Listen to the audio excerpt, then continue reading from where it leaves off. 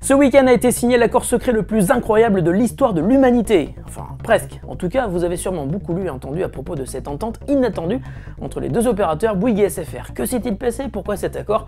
On vous explique tout ce matin. Bonjour à tous, nous sommes le lundi 10 mars 2014 et c'est le Fresh News du lundi matin avec les petits news qui ont beaucoup de mal à sourire. C'est parti. This is funky fresh. This is funky fresh. Pick up on the mustard pack and grab your double cheese and fries.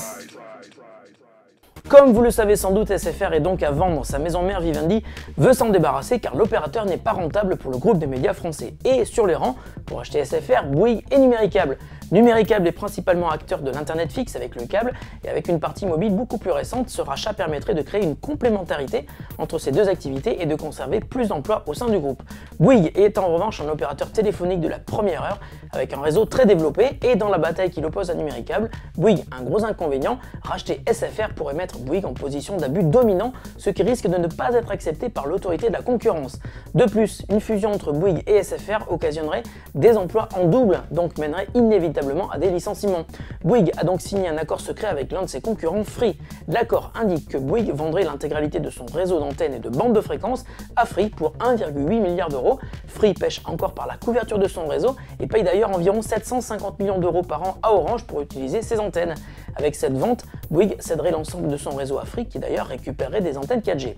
De son côté, le réseau de SFR deviendrait le réseau de Bouygues. Cet accord qui interviendrait si Bouygues est choisi devrait donc peser dans le choix que va effectuer Vivendi. À ce jour, c'est Numéricable qui est favori auprès de Vivendi, du gouvernement et de l'autorité de la concurrence, mais cet accord pourrait refaire pencher la balance vers le camp de Bouygues, pour qui cette opération est actuellement un vrai coup de poker. À suivre. En ce moment se déroule au Texas le South by Southwest, plus communément appelé SXSW.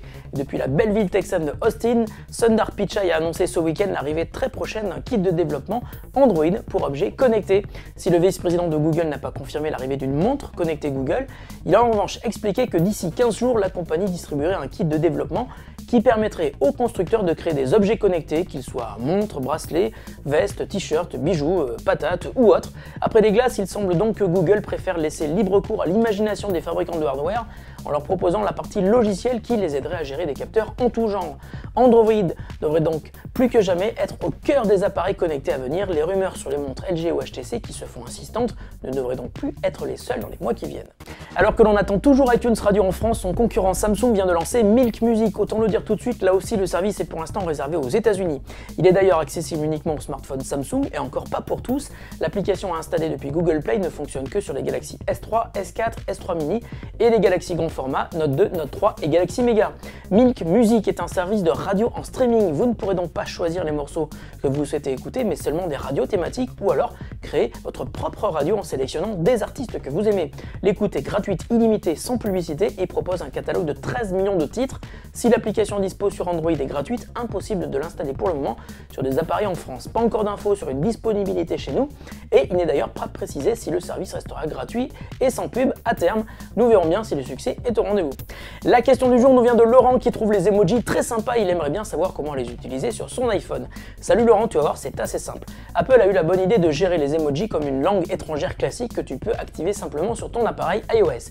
Il te suffit pour cela d'aller dans les paramètres de ton appareil, puis Général, ensuite de trouver la section Clavier. Dans Clavier, tu dois ensuite chercher Icône, Emoji, ajouter le clavier et hop, c'est installé. Quand tu écriras un SMS, il te suffira alors de tapoter sur le globe terrestre en bas à gauche de ton clavier pour passer du clavier classique au clavier Emoji et à toi les joies des petits dessins rigolos dans tes messages. Attention en revanche, les emojis ne sont interprétés que par des appareils sous iOS ou macOS en format e-message.